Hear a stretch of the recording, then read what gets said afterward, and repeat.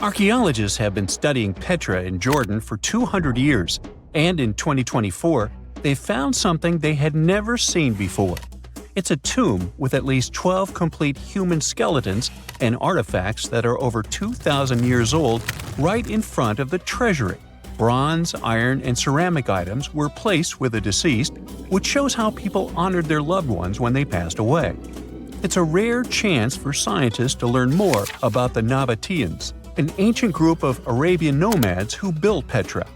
The objects found in the tomb under Petra's treasury are in amazing condition, but the skeletons became fragile because it's damp inside the tomb. They plan to study the remains and extract DNA to see if the people in the tomb were related. While some scientists are solving tomb mysteries, others have trained AI to find new ancient sites for them.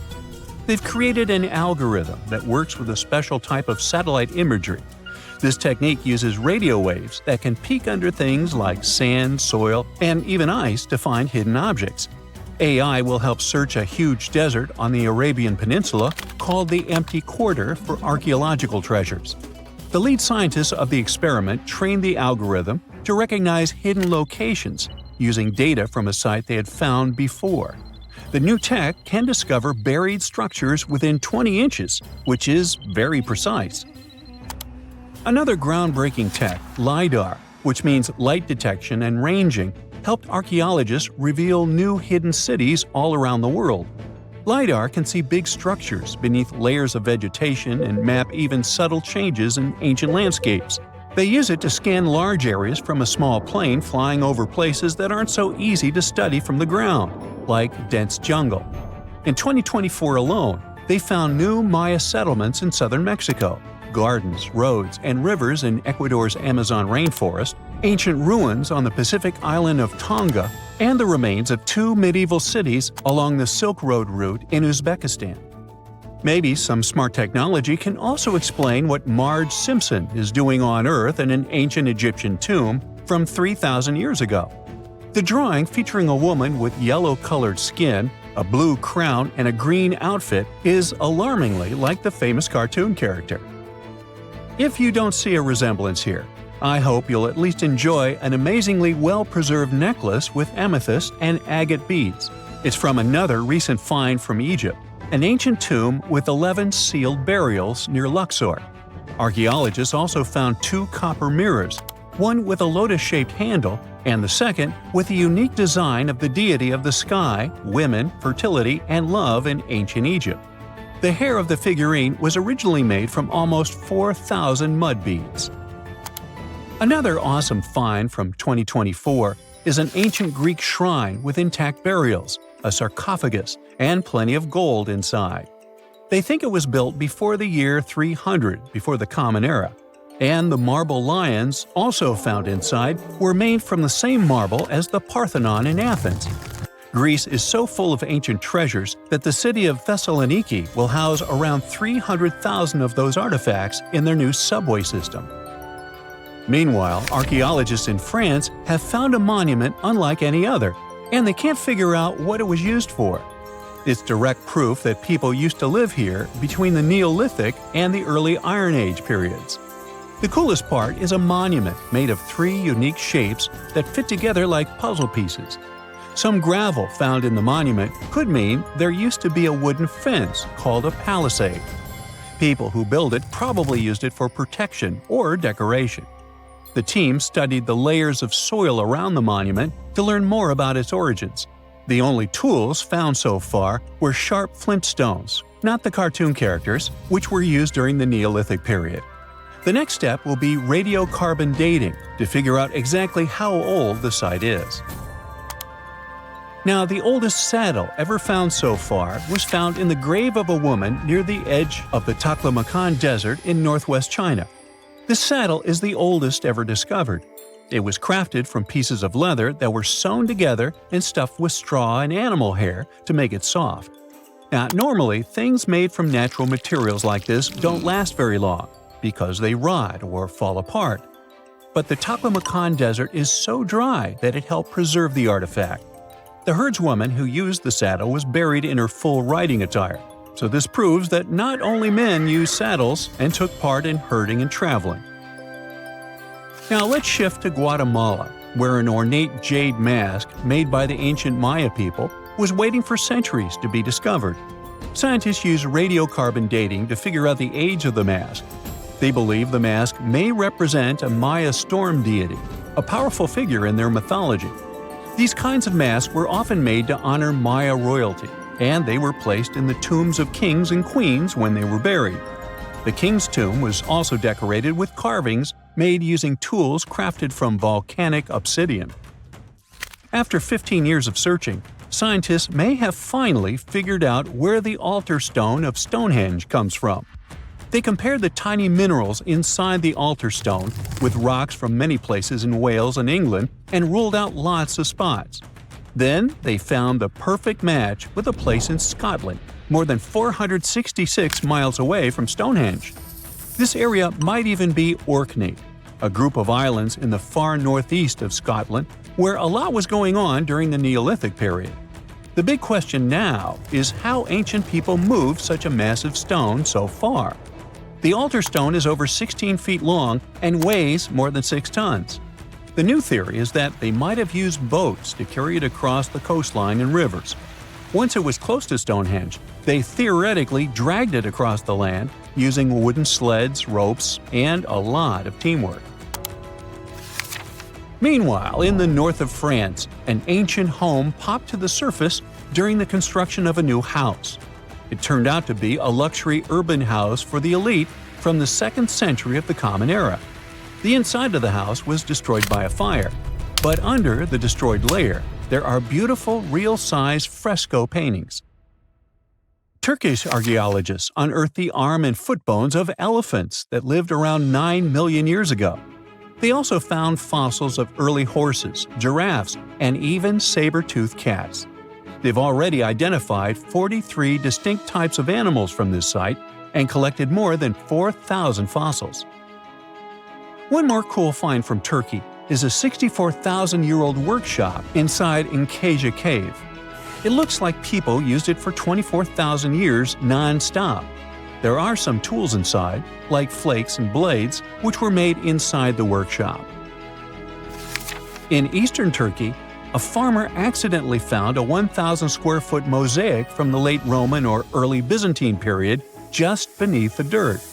Experts say it's a one-of-a-kind thing from this region, and it's still in one piece after all this time. The pattern shows dozens of trees, plants, and animals that were found in ancient Turkey. There could be more treasures in the area, so they plan to keep digging. Our final stop will be in Sicily, where archaeologists uncovered a huge ancient thermal complex.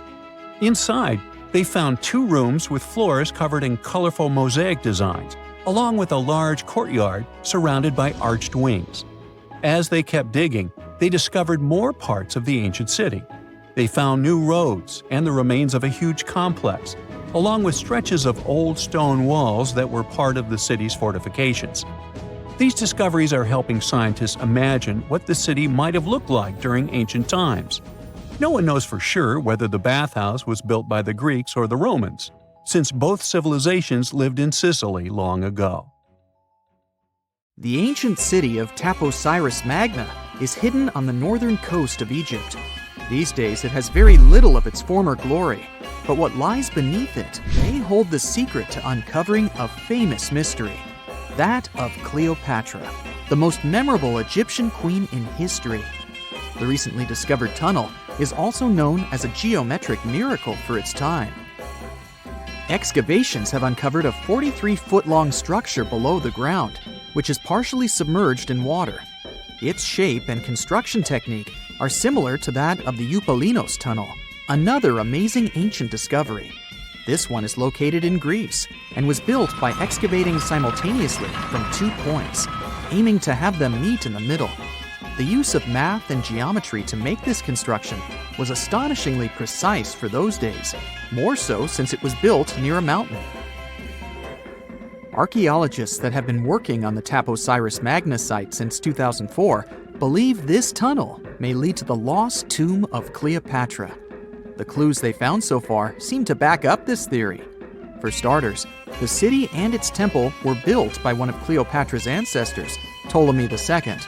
All the architecture seems to indicate it was dedicated to the ancient spirit Osiris and his queen Isis. Throughout her reign, Cleopatra did try to associate herself with Isis, so it may be no surprise she chose this location as her final resting place.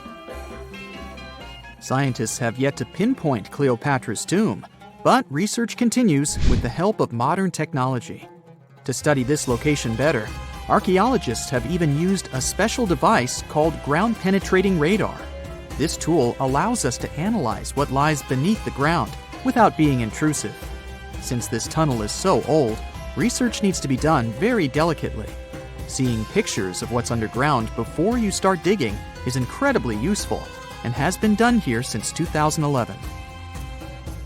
Finally discovering Cleopatra's tomb may help us piece together her story, especially what might have happened during the last portion of her life, which is still surrounded by mystery. We still don't know the exact cause of her passing. Some believe she may have let herself be bitten by a poisonous Egyptian cobra. Others have suggested that she was well accustomed to toxic substances, even hiding some in her hairbrush in case she ever needed it. But that's not to say she chose to use it on herself. We do have a lot of other interesting information on Cleopatra that's equally as impressive, like the fact that she had a stylist. Most of the images you've seen depicting this famous queen show her wearing black eyeliner. This look was put together by Airas, a woman known to have been her personal beautician. She traced the long line from her eyes to her temples, a makeup technique still used today to enhance the eyes. Airas was an important figure throughout Cleopatra's life, known also as her confidant and close friend. There are even theories that suggest Airas was there by her side when she passed away. Despite her well-thought-out looks, Cleopatra wasn't as pretty as she's described. Or at least, that's what recent research has pointed out. Sure, if we look at movies and modern imagery, she's depicted as this incredibly beautiful woman with symmetrical and delicate features. However, if we look at coins showcasing her image from back in the day, her looks are rather average. Her image on the coins might have been adjusted, too, to make the queen look stronger in the eyes of her people. So there is no trusted source available to confirm her image, but her description in most pieces of ancient literature speaks of her other qualities, like her voice and personality, not of her beauty. Cleopatra might have been the most famous Egyptian queen to this day, but she wasn't the first choice. She did have an older sister, Berenice, that was initially supposed to take the throne. Berenice passed away before she could do that, so Cleopatra took on the role and began investing in her education. She traveled throughout the country quite frequently, so she could become accustomed to her people and their needs. She was only 18 when the responsibilities were passed down to her, and immediately gained popularity because of her intelligence and education. Her taste in literature was quite good too. She was known to be a fan of Homer, the famed Greek philosopher and poet. Cleopatra loved to write as much as she loved to read. There are even claims that she wrote a book on medicine and cosmetics, but we have no evidence to this day that such work ever existed.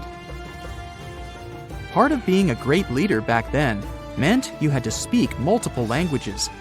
Cleopatra clearly understood that, and that's why she's rumored to have known many languages to varying degrees. Some archaeologists suggested she spoke Greek, Egyptian, and Ethiopian, as well as many Arabic dialects. She might have even spoken Latin, but there's little evidence to support this claim. She might not have had angelic looks, but Cleopatra was really careful with the way she looked, even with her diet. She was known to have enjoyed simple meals, including a variety of fish. Since she lived close to the Mediterranean Sea, it's really no surprise. As a treat, she liked to eat stuffed pigeons, which she also served to her guests. Other dishes on the menu included vegetables and fava bean soup. Fruits and nuts weren't missing from her diet either, and she was also a big fan of honey. Recently, A team of experts has even tried to recreate her famous perfume. Think of it like the ancient equivalent of Chanel No. 5. Cleopatra was known to be a fan of luxurious scents, which she believed could even influence how people treated her when they met. The basis of this scent is myrrh, a resin gathered from a local tree. Other ingredients added to the mixture were also found back in the day, like cardamom, olive oil, and cinnamon. The results may not be quite as delicate as the perfumes we know and use today. Its consistency was way thicker, and the scent lasted way longer. When she was at the height of her power, Cleopatra might have been the richest person in the world. Back in the day, she ruled over a territory that stretched across the Mediterranean, from modern-day Libya in the west through Egypt to Syria in the east. This is the largest territory ever ruled over by a woman. In today's currency, her worth might have been somewhere around $95 billion. The calendars we use today may have been introduced by Cleopatra herself. She presented the idea of leap years and leap days to Caesar, the Roman emperor she was known to have been close with. Taking her advice, Caesar made these adjustments part of the official Roman calendar. The ancient Egyptians already knew the year was longer than precisely 365 days. They discovered this by studying the brightest star in the sky, called Sirius, and concluded that a year is actually 365 and 1/4 days long. It was Elizabeth Taylor that famously introduced Cleopatra to pop culture when she played her in the 1963 film bearing the same name. Up until that point, it was the most expensive film ever made. It was originally supposed to cost somewhere around $2 million, but ended up costing a mind-boggling $44 million. That's mostly because of script and production issues. To make this iconic movie, producers created 79 sets from scratch, as well as over 26,000 costumes for the cast. Elizabeth Taylor's Cleopatra costumes alone cost somewhere around $200,000. Thankfully for the producers, the movie made headlines and was well received by critics, making it a box office success. A lot of people associate Cleopatra with another famous Egyptian ruler, King Tutankhamun, nicknamed King Tut. Surprisingly, apart from both of them being Egyptian pharaohs, they have nothing else in common. For starters, King Tut lived around 1,300 years before Cleopatra did, and there is also no connection regarding their ancestry. Cleopatra had Macedonian Greek roots, while King Tut was a native Egyptian. It's nighttime, and you're about to walk inside Pharaoh Tutankhamun's final resting place. You know, King Tut. You don't have a torch, but at least you came with a flashlight. You walk down several flights of stairs and observe how the walls are carved in hieroglyphics and what looks like a spell. Those who take anything from this place will be doomed for life, the spell says. Even if you don't really believe it, this scares you a little bit. You find a huge stone door. Is it a trap? You manage to open it, but oh no, it's only an empty chamber. You check your map. It seems like you're heading in the right direction. After what feels like hours, you realize you must be trapped inside a labyrinth. You try to retrace your steps, but you can't find the door where you came in from anymore. That's it, you think to yourself. You've fallen for the Pharaoh's trap. What's worse, you didn't bring a lunch. Okay, so we've all seen Hollywood movies where the main character is exploring ancient ruins and faces some seriously dangerous traps, right? We've been told Egyptian royalty protected their final resting places with venomous scorpions and snakes, sliding doors that will trap you for life, and giant rolling boulders that will crush anyone on their paths. The thing is, were these traps truly real? Well, I regret to be the one to break it to you, but this is all fiction. These elaborate traps were too technologically advanced for ancient civilizations to pull off. That is not to say, however, that there weren't any traps at all. Ancient civilizations, like the Egyptians and the Mayans, are known for their practice of building entire monuments dedicated to the ones who had passed away. These structures would often reflect the position of person occupied in society. So, for the really important people, the VIPs of their times, massive monuments were built to host their bodies long after they were gone. Some of these civilizations believed that a person's life would continue on the other side of the veil. For that reason, a person would be buried together with the belongings of their current life. If they had a lot of money and power and stuff, that meant their resting places would be filled with riches and gold. Now imagine if you lived in ancient Egypt and you knew exactly where all the pharaohs' tombs were located and had heard rumors of the amount of wealth kept in these places. Maybe you would be tempted to go check it out, right? We're talking about large rooms filled from floor to ceiling with golden artifacts, jewels, and even money. I mean, it does sound tempting. And since there weren't any security guards protecting the entrance of these places, Egyptians needed to get creative as to how they would protect these riches. These old civilizations found some traps to be useful. A recurring one was building empty rooms inside the monument to confuse a burglar. Now, let's take a look at Amenhotep III's final resting place as an example. It was built in the city of Luxor, in a spot also known as the Western Valley of the Kings. Two French engineers originally discovered the monument between 1905 and 1914 CE.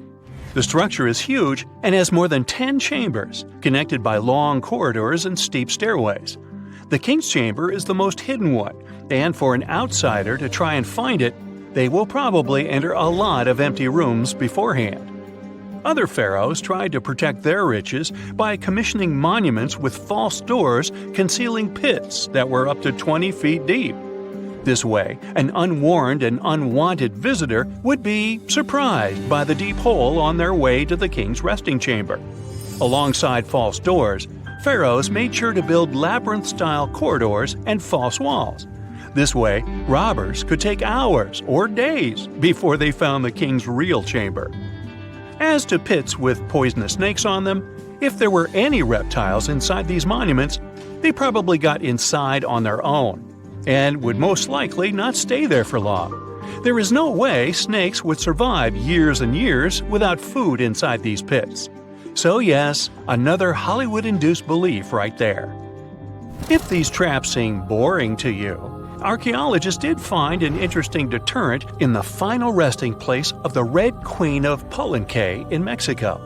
Palenque was one of the most powerful Mayan cities in pre-Columbian Mexico, and the Red Queen was believed to be the grandmother of the last Mayan king, undoubtedly a person of immense importance to the empire. In her honor, a huge monument was built to keep her body after her passing.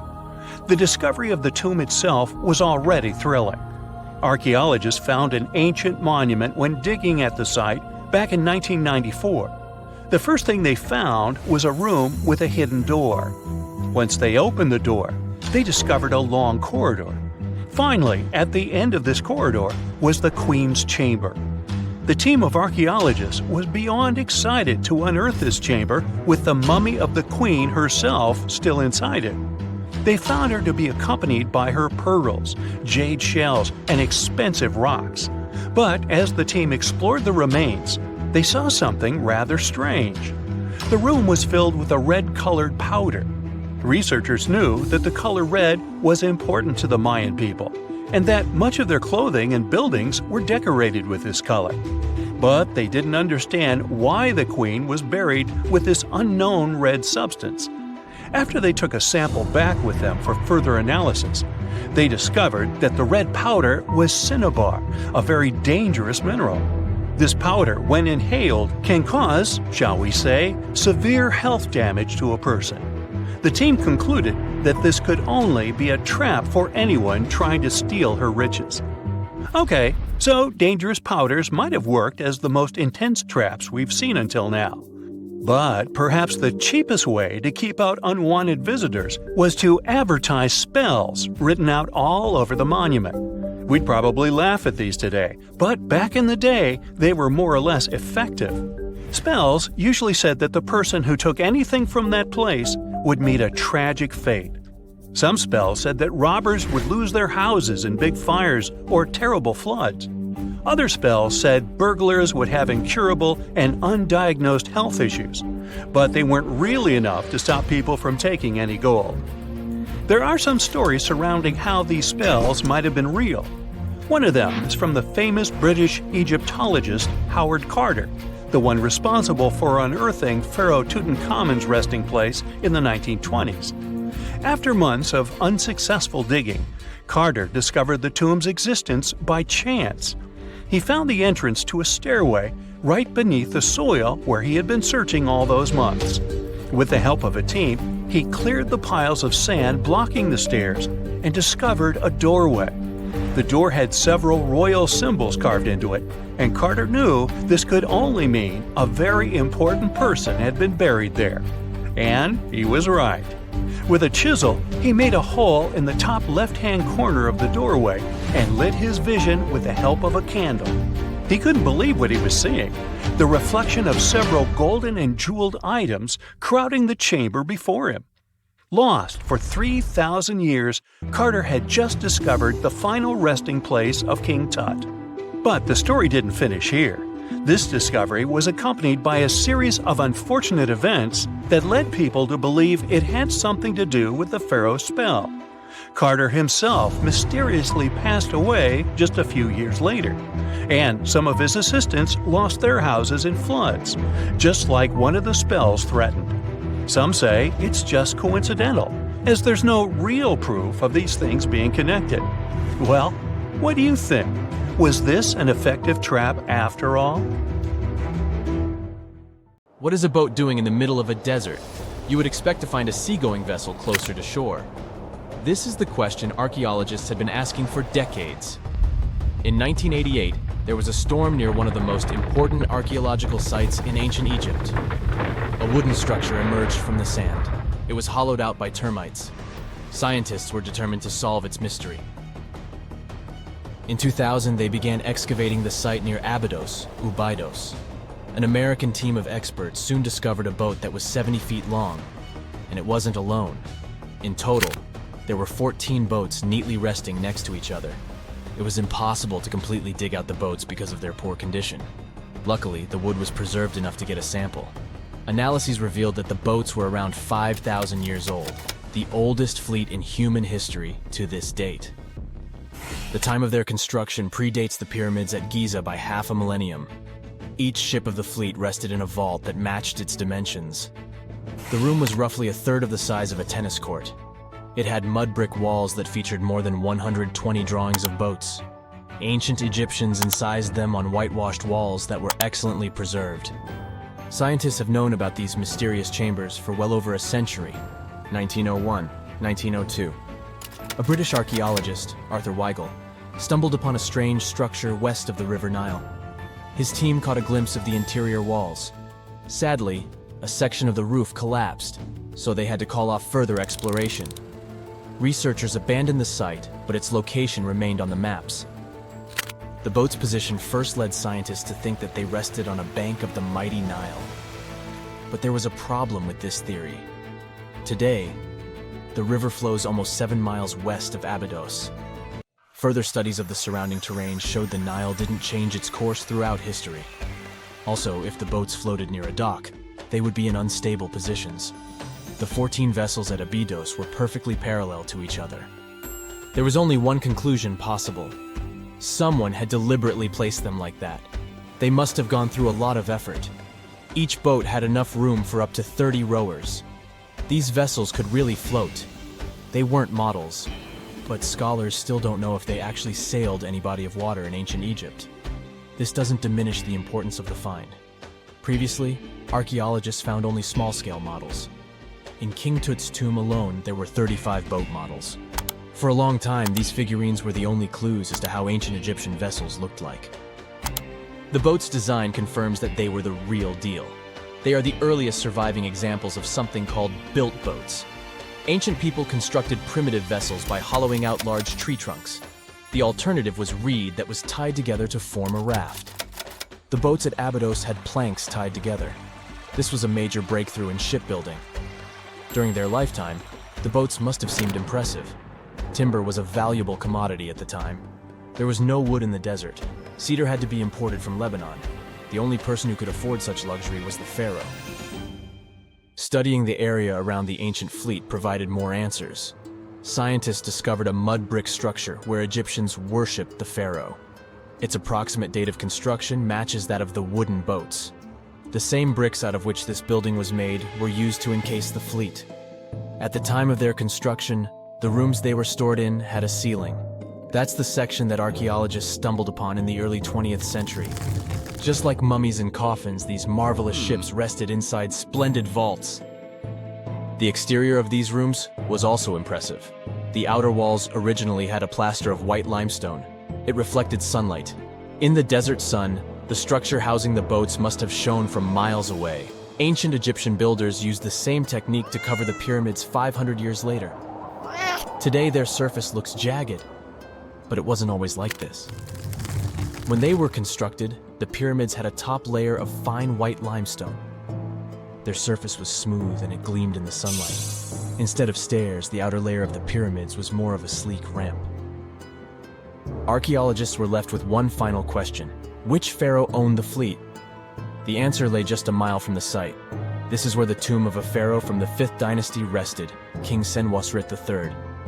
Its time and style of construction matched the ones of the chambers with boats. The very end of his rule might explain how the boats ended up in the middle of the desert. The pharaoh probably passed away in northern Egypt. Then his body was transported down the Nile to Abydos in a marvelous procession of decorated boats. The vessels were later lowered to chambers near the final resting place of their owner. This had a symbolic meaning. In the ancient Egyptians' belief system, ships played a key role. Their supreme deity was Ra. He traveled through the sky during the day in the form of the sun. At nighttime, he sailed through the netherworld in a solar boat. The pharaoh identified himself with Ra. That's why he needed boats in the afterlife. That was the only way to regenerate himself. Just as the sun rises every day above the horizon. This belief existed for thousands of years. The more famous Pharaoh Khufu also had a ship. Scientists found it in 1954 next to his pyramid at Giza. It is some 4 centuries younger than the fleet at Abydos, but Khufu's ship was almost 2 times longer. The Great Pyramid of Giza and King Tut's tomb are some of the most famous archaeological finds in Egypt.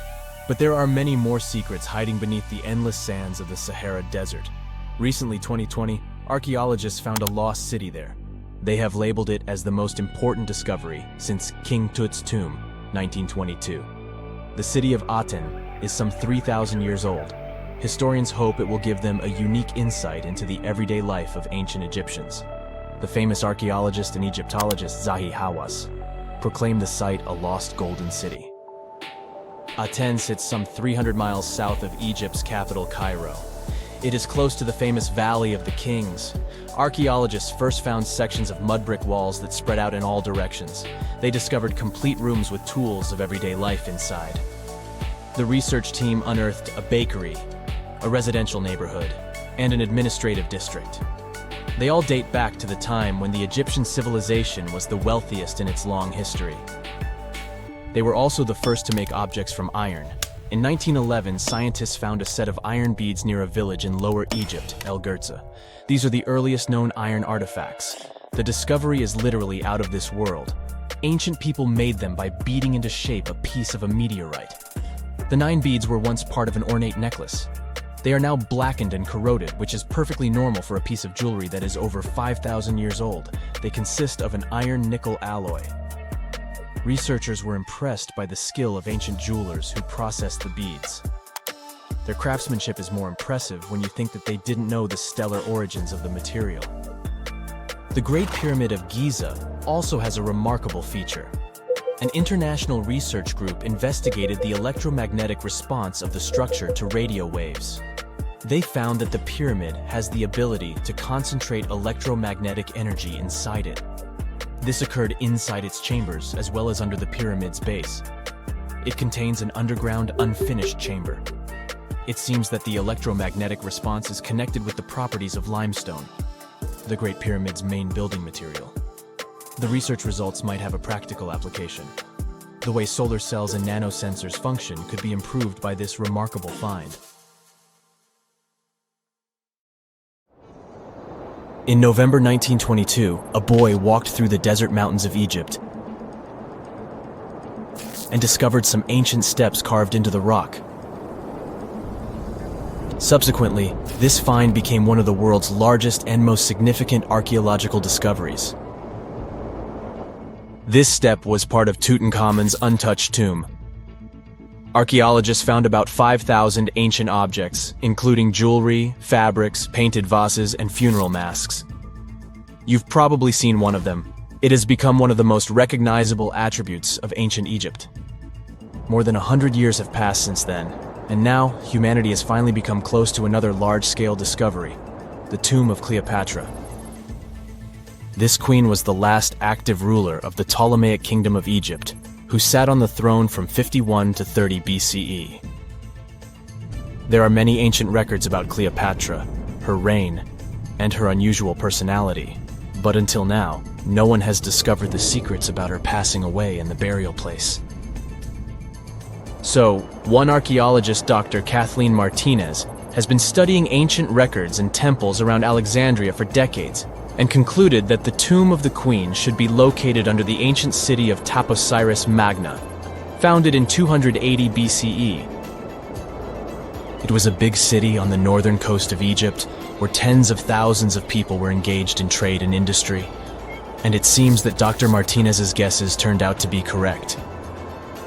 She and a group of archaeologists have discovered a secret underground tunnel near Alexandria, with a length of about 0.8 miles. It was cut into the rock under Taposiris Magna's temple. During further excavations, they found many things that indicate Cleopatra's tomb lies in the tunnel's depths. It's also possible that she is buried there together with the Roman commander, Mark Antony. According to ancient records, Cleopatra and Mark Antony loved each other and together opposed the Roman Senate, which declared Antony a traitor.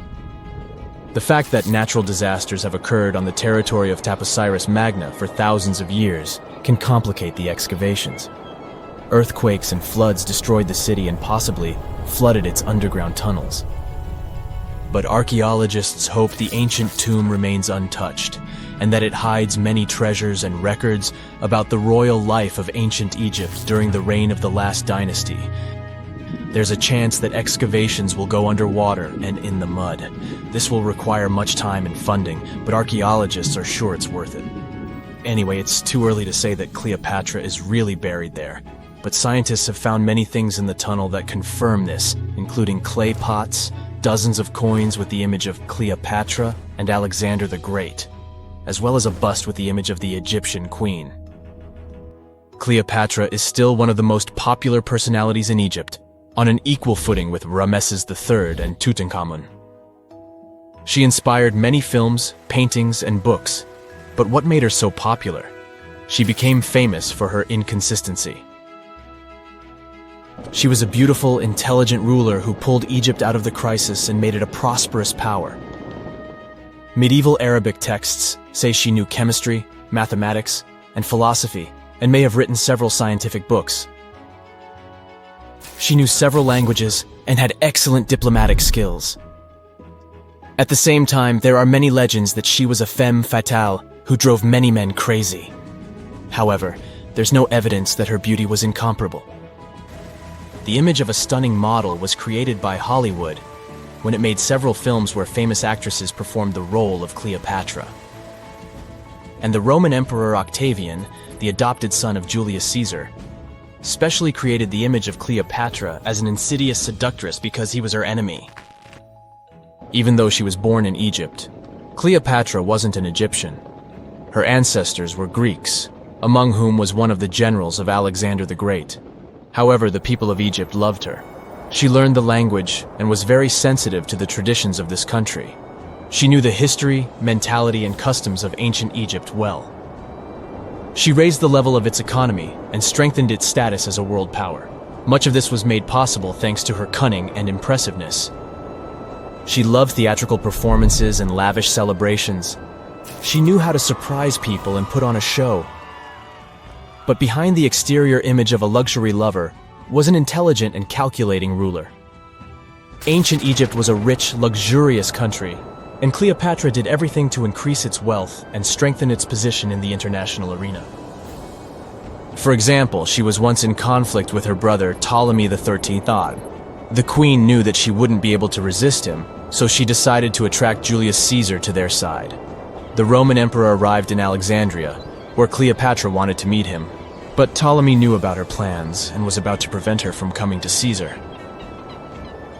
Then, instead of a rich and noisy arrival, Cleopatra decided to make her visit inconspicuous.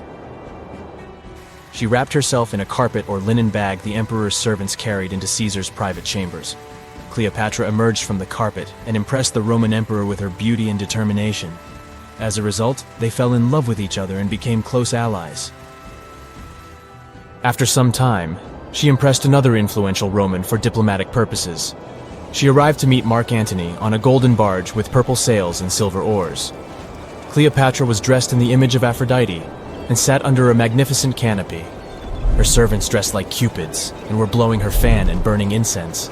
But Cleopatra created such a show for a reason. She knew that Antony revered Greek mythology and considered himself the embodiment of Dionysus. As a result, he was so impressed with this woman that he ended up marrying her.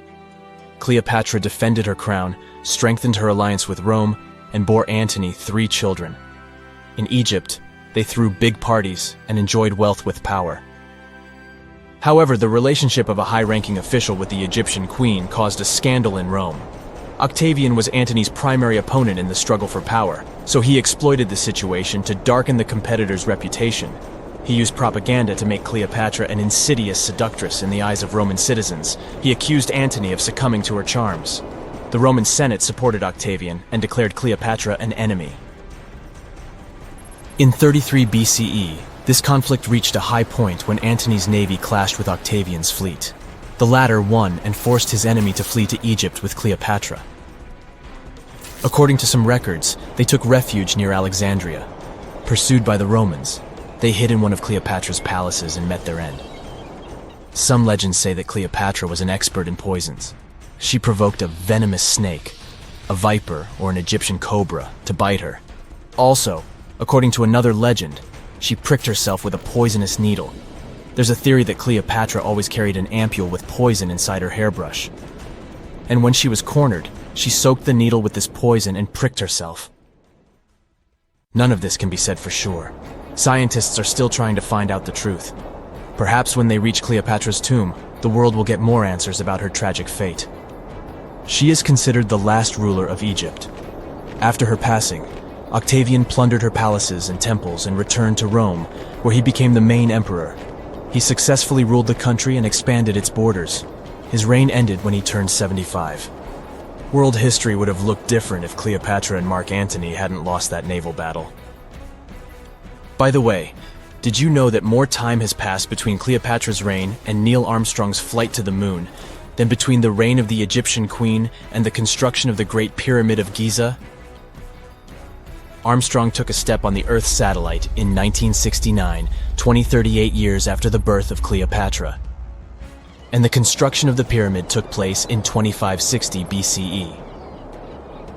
Imagine how long the history of ancient Egypt is. Cleopatra is closer to us in time than to the pyramids. Before we get into the reason why and how there are pyramids all around the world, let's talk about some of the examples. I'll start with the Pyramid of the Sun in Mexico. These folks really knew how to build a city. Their well-planned urban center spanned over 7 square miles and boasted several pyramids. But the Pyramid of the Sun is the most impressive. This giant pyramid was built way back in 100 CE and is one of the biggest structures of its kind in the whole Western Hemisphere. It's so big that it's 216 feet high above the ground. If you ever find yourself in this ancient city, you won't be able to miss the Pyramid of the Sun. It's right there on the east side of the Avenue of the Dead, the city's main north-south street. To build this incredible pyramid, around 1 million cubic yards of material were used, including a special kind of red volcanic rock called hued tizontle. Impressive, huh? We don't know too much about the people who built the Pyramid of the Sun or its purpose. but archaeologists believe there was once a temple on top of it. When explorers went below the pyramid in the 1970s, they found a bunch of cool tunnels and chambers. In 2011, they even found a secret stash of clay pots, obsidian pieces, animal bones, human figurines, and a mask. Who knows what other secrets the pyramid is hiding? If you decide to see this one, you must climb the pyramid using the 248 uneven steps on the west side. Watch your step. Sudan got some pyramids too. Nubian pyramids aren't as big as the ones in Egypt, but they still got around 200 of them. These ancient pyramids have been home to the tombs of the pharaohs of the Meroitic kingdom for almost 1,000 years, who ruled Egypt from Nubia to the Mediterranean Sea. The pyramids at Meroe were constructed using granite and reddish sandstone. Oh, and did you know that Sudan has more ancient pyramids than Egypt? The Kushite pyramids depict the indigenous architecture and burial traditions of Nubia's Napata and Meroe kingdoms, which ancient Egypt influenced. Meroe, the burial site of over 40 queens and kings, is the most extensive Nubian pyramid site. The tomb walls depict mummified royals bedecked in jewelry, their wooden caskets containing bows, quivers of arrows, and other artifacts pointing to the Meroitic relationship and trade with Egyptian and Greek civilizations. So if you're looking for some ancient tombs to explore, you may consider skipping the crowds in Egypt and heading on down to Sudan. Let's fly to Iraq to see some more pyramids. Ziggurats have fancy receding layers and tiered temples. Instead of a smooth exterior, it has tiers like a cake. Perfect for all the important work and rituals that went on inside. You can find these towering structures scattered throughout Iraq and Iran, and they're a real testament to the power and skills of the people who built them. One of the biggest and most impressive ziggurats is the ziggurat at Ur. It's basically a giant rectangular pyramid that stands a whopping 70 to 100 feet tall, with 3 levels of terraces and a temple on top. Can you imagine how many baked bricks it took to build that thing? Try 720,000 for just the lower portion. This particular ziggurat was built for Sumerian king Ur-Nammu. Similar to other ones, this pyramid has been around for thousands of years, so it got a little rough around the edges. Thankfully, the Babylonian king Nebuchadnezzar II and some archaeologists came to the rescue in the 6th and 20th centuries respectively. And now, you can find this near Talil Air Base. The ziggurat at Ur was built in 2100 BCE by King Ur-Nammu for the moon deity Nana.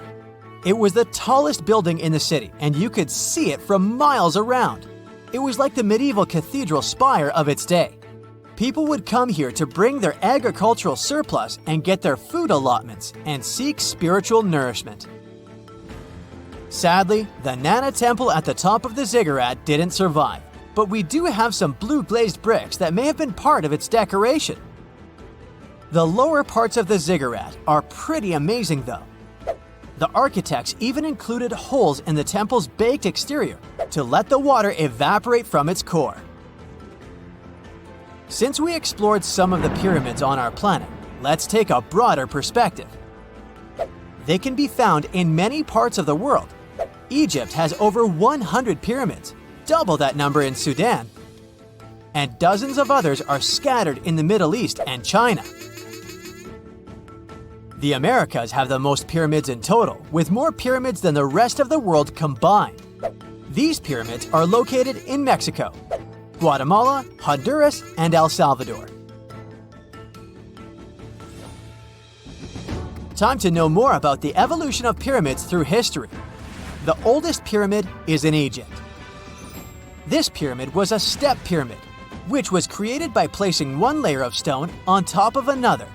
The pharaoh Sneferu is credited with creating the pyramid shape we recognize today. During his 45-year reign, he built 3 pyramids.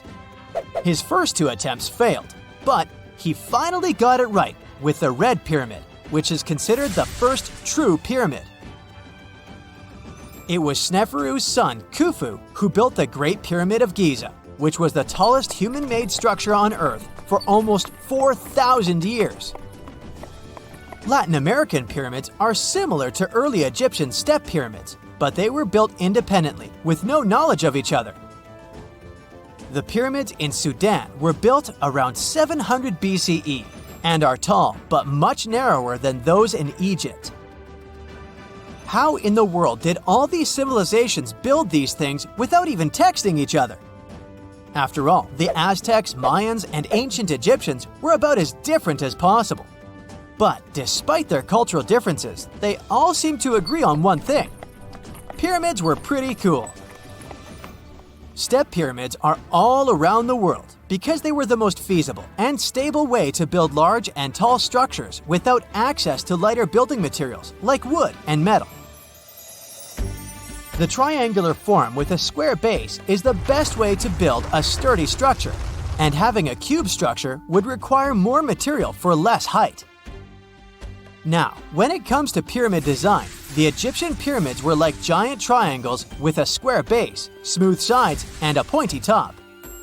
On the other hand, the Aztecs and Mayans went for a tiered cake look, with steps leading up to a flat platform on top.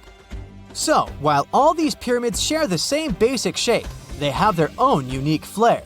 Each group built its pyramids using different materials, techniques, and slope angles. So while they may have been inspired by each other's work occasionally, they were just doing their own thing. Egyptian pyramids had smooth, angled sides that were designed to help the pharaoh's soul ascend to heaven. The Pyramid of the Sun was built over a series of caves that served as a passageway for the deities. The Maya built the temple of Kukulkan in Chichen Itza to honor the deity Kukulkan, usually represented by a serpent.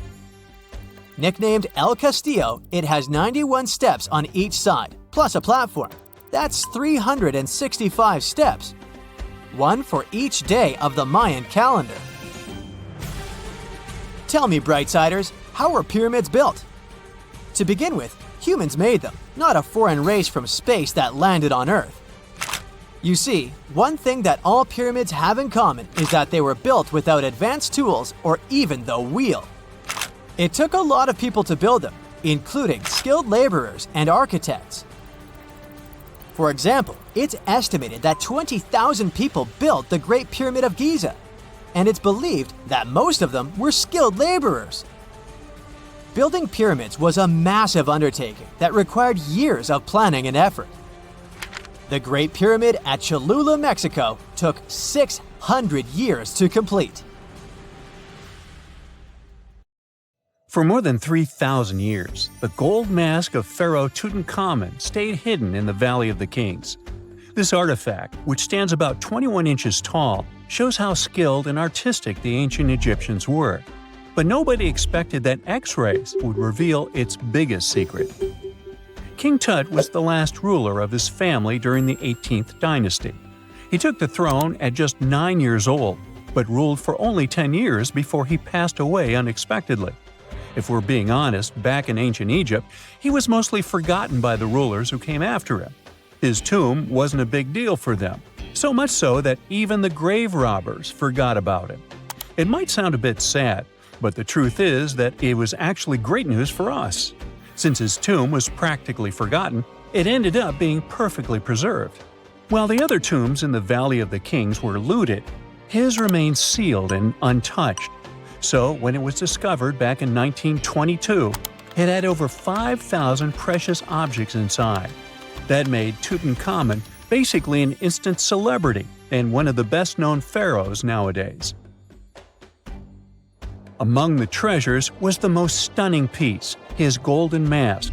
This mask is said to be an exact image of the king's face, or at least it was supposed to be, but we'll get to that later. The purpose of this accurate representation of his face was to make sure that his soul would recognize him in the afterlife and return to his mummified body. In ancient Egyptian beliefs, this would allow him to continue living in the afterlife. The details of the mask clearly looked incredibly difficult to create, but people didn't realize how complex it truly was until many years later. The first X-rays of the mask were taken in 1967. Back then, the main reason for these scans was practical – conservation. The mask was heading to Paris for an exhibition, and it was the first time it had ever left Paris. This would help them keep track of any changes during the exhibit. Plus, the images could give clues about how the mask was made, but back then, they probably didn't fully realize just how complex its construction was. I mean, Egyptian goldsmiths didn't use modern soldering techniques, so how did they make this mask? New X-rays taken in 2007 gave us some answers. It turned out the Egyptians didn't use pure gold, which is 24 carats. The mask was actually made of 23-karat gold, meaning it was mixed with another material. So specialists discovered that the gold sheets contained a small amount of copper, a reddish-brown metal. This was likely done to make the material more flexible and easier to shape. They would then shape the gold sheets by heating and hammering them over and over again. But there was one more secret inside the mask that wasn't discovered until 2015. The year before, the staff at Cairo's Egyptian Museum were working on the mask display when the long beard of the mask accidentally got knocked off. Another theory is that the beard had become loose over time and just fell off. Either way, the fact that King Tut's beard came off caused a lot of stress. After all, we're talking about one of Cairo's biggest tourist attractions, so the experts had to fix the problem quickly. The restoration process started with a detailed recording of the mask's condition. To do this, they had to take a full three-dimensional scan of the artifact. And, by accident, they found something very interesting in the mask. Inside the royal beard, there is a gold tube, an intriguing structure that the Egyptians likely used to attach the beard to the rest of the mask. And that proved, once again, that the process of making this mask was even more complex than experts thought. But the mysteries don't stop there. Remember how we mentioned that the mask was thought to perfectly represent King Tutankhamun's face? Well, that might not be entirely true. Some popular theories suggest the mask was never meant for him and was actually made for someone else. A study published in 2015 suggested the mask was originally made for a female pharaoh, his supposed stepmother, the famous and beautiful Egyptian queen Nefertiti. The biggest clue comes from an inscription on the mask. At first glance, it seemed to belong to Tutankhamun. But after a close examination, researchers noted that something else was actually written underneath King Tut's name. The royal name stamp seems to have been altered, and originally it had something written on it that translates to Queen Nefertiti. There is another feature of King Tut's golden mask that was overlooked for years, which adds even more mystery. As we mentioned earlier, experts believe he wasn't respected much by the pharaohs who came after him. And one of the clues that made archaeologists think this is the pierced ears on the mask. Some researchers believe that King Tutankhamun wouldn't have worn earrings after he was a kid. So, according to their theory, by the time he passed away at 18, he shouldn't have been represented with pierced ears. This could also support the idea that the mask originally belonged to Nefertiti, or maybe to someone who wasn't even connected to King Tut. But the mask isn't the only source of mystery. In fact, his whole tomb is full of puzzles. Recently, historians found a sign that the place where King Tut was supposed to be buried was changed at the last minute. For years, experts wonder why a pharaoh who ruled for 9 years ended up in such a simple tomb. When compared to the grandeur of other pharaohs' tombs, his tomb seemed, well, a bit plain. The idea that a king like Tutankhamun would have such an unremarkable resting place just doesn't match up with the power and importance he must have had in ancient Egypt. So, what happened? Well, apparently, this might have something to do with his successor, Pharaoh I. After King Tutankhamun passed away, researchers believe that I made sure to erase him from Egypt's history. So, one theory suggests that he was probably behind the quick decision to place King Tut's body in a smaller, less impressive tomb. When experts looked at I's own tomb, they found something interesting. There is a large wall covered in painted baboons. This is the same type of artwork found in Tutankhamun's tomb. It seems like the same person might have chosen the artwork for both tombs. Now, the design and decoration of the two tombs are almost identical, suggesting there was a shared hand behind both. But there is one key difference. I's tomb is fit for a king. It's much bigger and more impressive, even though the style and artwork are similar to what you see in Tutankhamun's tomb. So the theory suggests that I decided what went into both tombs.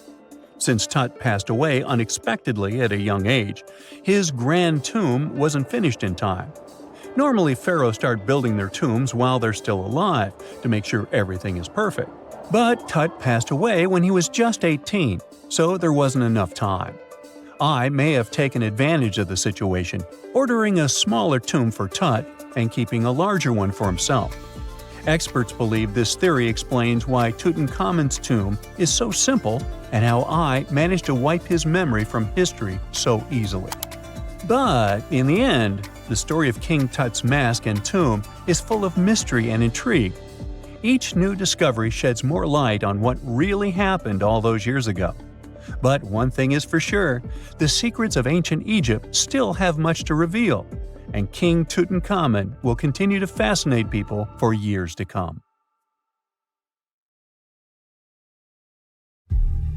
Unlike many other ancient Egyptian burial grounds, King Tutankhamun's tomb stayed hidden and free of unwanted thieves for 3,000 years. One reason was that the tomb was smaller than average and tucked away in a place called the Valley of the Kings. This area was already being extensively explored by the time they stumbled upon Tut's spot. The entrance was all covered in debris from building a nearby tomb, which must have also helped keep it a secret. There were also zero writings or signs on the outside of the tomb. Time passing also played a part in keeping it in amazing shape until the 1920s, when a man named Howard Carter finally made it in. But was Carter that big of a hero? Some recent findings say he might have been sneakier than initially thought. People used to think Carter wasn't just a glorified treasure hunter, he was a true archaeologist. Before Tut, he had been on a relentless quest for Egyptian artifacts. He discovered his interest in these unusual objects when he was a child, and soon started drawing the sculptures and inscriptions that were found in ancient tombs. After stumbling upon the remains of King Tut, Carter spent a decade recording and processing all sorts of objects, like golden thrones, chariots, and statues from Tut's tomb, shipping them down the Nile to Egypt's museum in Cairo. Well, at least that was the official story. More recent discoveries claim that not all of the objects made it to Egyptian officials. A secret letter seems to uncover Carter's little 10 for them, 1 for me policy. The letter in question was sent to Sir Alan Gardiner, a philologist and friend of Carter's, dated from 1922. In these writings, Carter mentioned having found the tomb and was asking his buddy for some advice. In another letter from 1934, Gardiner seems to be thanking Carter for an amulet, which was sent to him as a thank you gift. Carter was adamant that it didn't come from Tut's tomb, but evidently it did. Even the British director of the Egyptian Museum was onto Carter's sneaky endeavors, but couldn't prove it.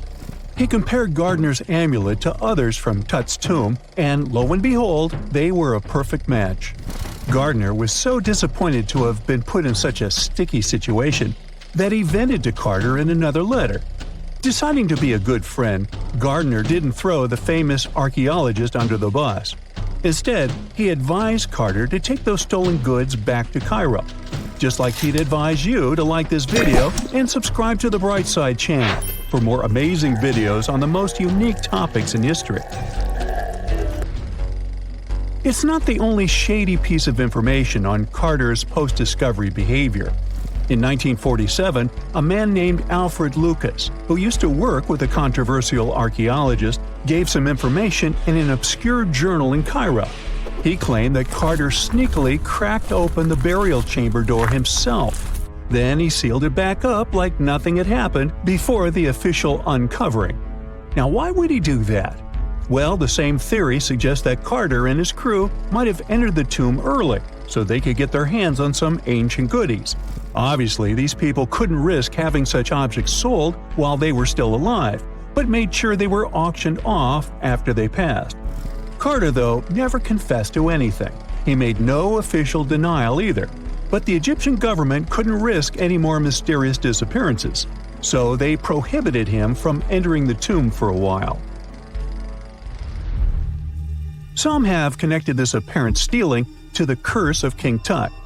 If you've never heard of it, know that it became quite the scary tale soon after King Tutankhamun's resting place was uncovered. It claimed that anyone messing with the tomb of the boy pharaoh would face some serious bad luck. It's not all dramatic like a mummy going on an aggressive spree, but word got out that the people involved in disturbing King Tut's lair met some mysterious, untimely ends. The main untimely passing related to this supposed curse is that of George Herbert, the 5th Earl of Carnarvon. He was this British aristocrat who helped fund the search for the tomb. He passed away just a year after the tomb was opened.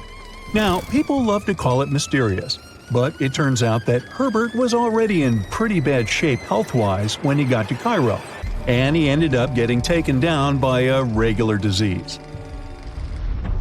Now, let's talk numbers.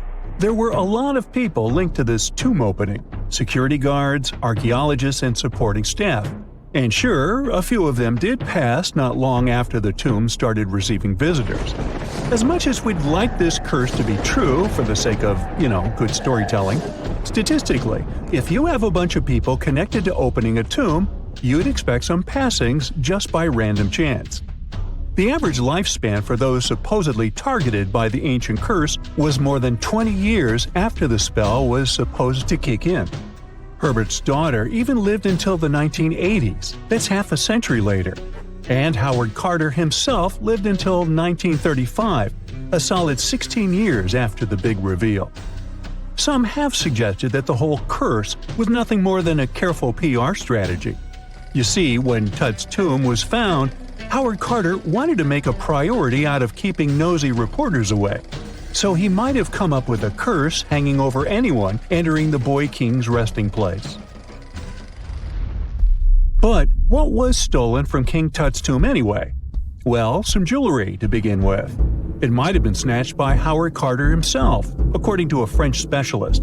He did some intensive research by looking at old pictures taken from inside the tomb back in the 1920s. He compared those images to various objects from museums and auction houses. He soon started to piece together the whereabouts of some of Tut's jewelry. First up, there's this collar that used to be on Tut's chest. It was all broken into pieces, and some parts went via Carter to the Nelson Atkins Museum in Missouri. Meanwhile, other bits ended up on a necklace owned by some unnamed people who tried to sell it in 2015 but failed. Even the Nelson Atkins Museum agrees, as they've confirmed the information on their website.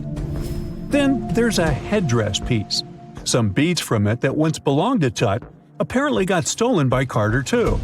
They were also strung into a necklace and are now being held at the St. Louis Art Museum. Another fancy collar made out of glazed ceramic magic spent some time at the Met, far away in New York. Thankfully, it was sent back to Egypt a bit over a decade ago. This seems to have been, as you'd expect by now, also stolen by Carter. Missing artifacts aside, King Tut still gave a ton of amazing objects that helped us learn more about this incredible ancient culture. Starting with the famous burial mask. It's this massive 21-inch gold art piece with semi-precious stones and glass paste. It weighs 22 pounds and showcases the boy pharaoh with a long beard and a headdress with a cobra and vulture. On the back, there's this spell from an important ancient Egyptian spiritual book that's supposed to make sure it works just as well in the afterlife. Tut was also apparently a board game enthusiast. They found 4 board games in his tomb, some made of ivory. Archaeologists also found a pair of gold sandals, though you'd imagine they were more for show than for comfort. In fact, the pharaoh probably never wore them in his lifetime.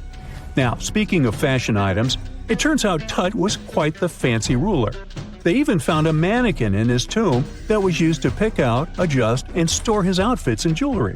The boy king seemed to have also enjoyed some music, based on the 2 trumpets historians found in his tomb. Though they were played back in 1935 in a BBC broadcast, the instruments are today considered too fragile to be maneuvered. When you hear the word mummy, you might get a chill down your spine. That's because most of us associate this word with those creepy characters we've seen in some scary movies. But in reality, mummies have helped us understand a lot about ancient civilizations, their rulers, and about how people used to deal with losing their loved ones. The people most famous worldwide for their mummies are the ancient Egyptians. They believed that some sort of existence after passing away was possible, if certain conditions were met. That's why they insisted on preserving the human body through the process of mummification and placing the mummy in a furnished tomb, kind of like giving it a fully functioning apartment of its own. Why did they believe in this? Well, because they were deeply connected to their natural environment for the most part. They saw the natural cycles around them, like how the sun rose every day, followed by the moon, or how new life was always sprouting from plants, even after they had wilted away. They also believed that the powerful spirit Osiris, who represented the cycle of passing away and resurrection, played a role in this process. To prepare for the afterlife, the ancient Egyptians followed certain rituals, like mummification, which involved using materials like honey, resins, and incense to preserve the body. There's no other mummy more popular than that of King Tut. He was a young pharaoh who ruled over 3,000 years ago in Egypt. The problem with discovering ancient royal tombs is that most of such burial sites were previously robbed. People knew ancient rulers had been left with many valuable belongings, so those locations became vulnerable to thieves. When King Tut's tomb was opened in 1922, people were excited because it had not been robbed, like many other previously discovered royal tombs. That's how well hidden it was. Inside, his mummy was encapsulated in a total of 3 coffins, including one made of gold. The objects found in his tomb showed us what ancient Egypt was like, and studying his mummy also helped us learn about the culture and practices popular at the time when he passed away. We also learned about his family by looking at his DNA. Scientists were able to discover that he had had a disease called malaria and a problem with his foot that might have made it hard for him to walk. Ramses II was another pharaoh in Egypt who ruled for 68 years, which was quite a lot back in the day. He was known for his expansion campaigns and building projects. Many objects from his time as a ruler still exist today, including a large statue of him. Ramses II was about 6 feet tall and lived to be about 90 years old. After looking at his mummy, scientists concluded that he may have had a medical condition that affected his spine. Now, remember those thieves I mentioned before? They are probably the reason why Ramses II ended up in a plain coffin in a secret collection of royal mummies at Deir al-Bahari, which was rediscovered in 1881. Thankfully, archaeologists were able to identify him because his journeys had been recorded on his wrappings. The process was really tedious too. In fact, in ancient Egypt, the mummification process could take a staggering 70 days to complete. A special person would say a very specific speech while delicately handling the body and drying it out using a type of salt called natron. They also used linen and resin to make the body look more lifelike and to wrap it in cloth. The tomb was equally as important for ancient Egyptians. The walls of King Tut's tomb, for example, were adorned with intricate artwork that depicted his journey to the afterlife, from his burial procession to his passage through the underworld. The ancient Egyptians believed that everyone made this journey after passing away, and they filled their tombs with items and paintings to help the person in their spiritual travels. Additionally, the walls of the tomb were decorated with spells from a special book, which contained a collection of poems that the Egyptians believed would help people reach the afterlife. And speaking of how important this journey was, people also placed food in these ancient tombs. In King Tut's tomb, archaeologists discovered 36 jars of vintage beverages and 8 baskets of fruit, which were believed to be left there to help him in his journey to the afterlife. The Egyptians believed that traveling to the afterlife took a really long time, so they left a lot of supplies, such as food and water, to sustain their loved ones. Pharaohs also generally had numerous luxurious garments and beautiful jewelry in their tombs to ensure that they would have a fashionable journey. These items included various types of linen clothing, such as tunics, scarves, gloves, and headdresses, as well as a lot of gold jewelry with precious stones, like bracelets, buckles, pendants, necklaces, rings, and even precious depictions of insects for protection. Some were also deposited with fans made from ivory and ostrich feathers to keep them cool in the afterlife. Some ancient rulers were even placed in their forever apartments along with boats. For example, Pharaoh Khufu built the Great Pyramid at Giza as his tomb, and a large ship was found inside. King Tut, however, was buried with multiple boat paddles, but no actual boat. Instead, he had 3 chariots and numerous walking sticks made of precious materials, perhaps indicating he'd rather travel to the beyond by land, not by water. Amongst the most interesting objects found near ancient mummies are bottles of oils and perfumes. If rulers were supposed to be fashionable, why not smell nice too, right? Also, some of them had some ancient kinds of board games, most of them made out of precious materials like gold or ivory. One of those games was called Senet. It was very popular amongst the ancient Egyptians and very similar to modern-day chess. The ancient Egyptians may have the most famous mummies out there, but they weren't the first to invent the procedure. In fact, it all started in South America with an ancient civilization named the Chinchorro. As far as we know today, these people were the first to mummify their loved ones that had passed away. They did it somewhere around 2,000 years before the Egyptians started their own rituals. Sure, we can tell a lot about ancient rulers by studying these mummies, but until recently, we had no idea what they really looked like during their lifetime. Not so long ago, though, some very special mummy paintings were found by archaeologists studying ancient Egyptian objects. These mummy portraits are highly detailed paintings of individuals that were made while they were still alive. Such paintings were often painted on wood, as opposed to the classical portraits we all know about, which are painted on canvas. They are known for their realism and beauty, and have even been used by researchers to diagnose diseases by comparing them to the corresponding mummies. Some of these portraits also include depictions of jewelry, which was later found on the mummies. The recent discovery of these mummy portraits in Central Egypt is significant, as it marks the first time in over a century that such paintings have been found. Mummies appeared all around the world naturally, too. Mummification can occur without people intervening because of natural conditions, like extremely cold or hot environments, places with a lack of oxygen, or accidental exposure to chemicals that preserve the body. These conditions don't allow bacteria to grow, resulting in the body remaining more or less intact. Famous Otzi was one of these mummies. We know today he was a man who lived around 5,000 years ago in Europe. But upon his discovery in the Alps in 1991, Austrian authorities initially believed that he was a modern mountaineer because of how well preserved the body was. However, after the Iceman was removed from the glacier, it was determined that he was actually from the Copper Age. In 1850, French scientist Auguste Mariette went to Egypt looking for manuscripts, but accidentally found a head of a sphinx sticking out of the dunes. He cleared the sand and figured out the sphinx was guiding the entrance to some underground construction. Several months later, he finally entered the Serapium of Saqqara.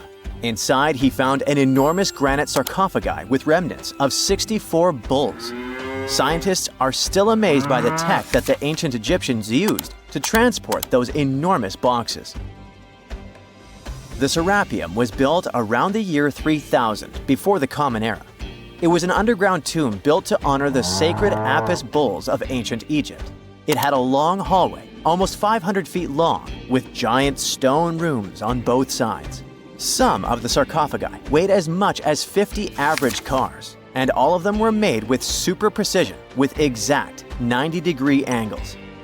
These sarcophagi were beautifully decorated with hieroglyphs and carvings that told stories about the lives and importance of the Apis bulls. Now, there are 24 sarcophagi left. In ancient Egypt, Apis bulls were very special animals connected to the deity Ptah. They thought the bulls carried Ptah's spirit and wisdom, helped the pharaoh, and protected the Egyptians. Priests looked for special markings on young bulls to find Apis bulls. It could be a white triangle on its forehead, which symbolized divine light, a shape on its back like a vulture's wing, and a scarab shape under its tongue, which stood for rebirth. If a bull had these signs, they believed it was chosen by Ptah and treated it like royalty. The chosen bulls lived in a special temple in Memphis, the city where they worshipped Ptah. They received the best care and offerings from visitors who wanted their blessings. When an Apis bull passed away, it was treated with great honor and mummified. When Mariette entered the Serapium, he noticed traces of rollers on the gallery's floor and found 2 wooden horizontal winches.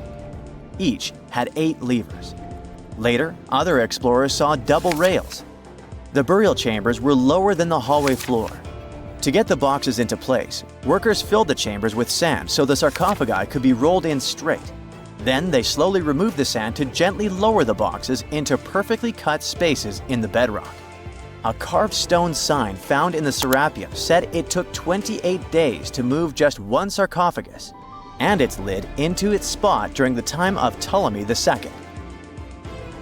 The extreme precision of the sarcophagi with 90-degree angles also has an explanation. Ancient Egyptians wrote texts, or rather, papyrus, on geometry a long time ago.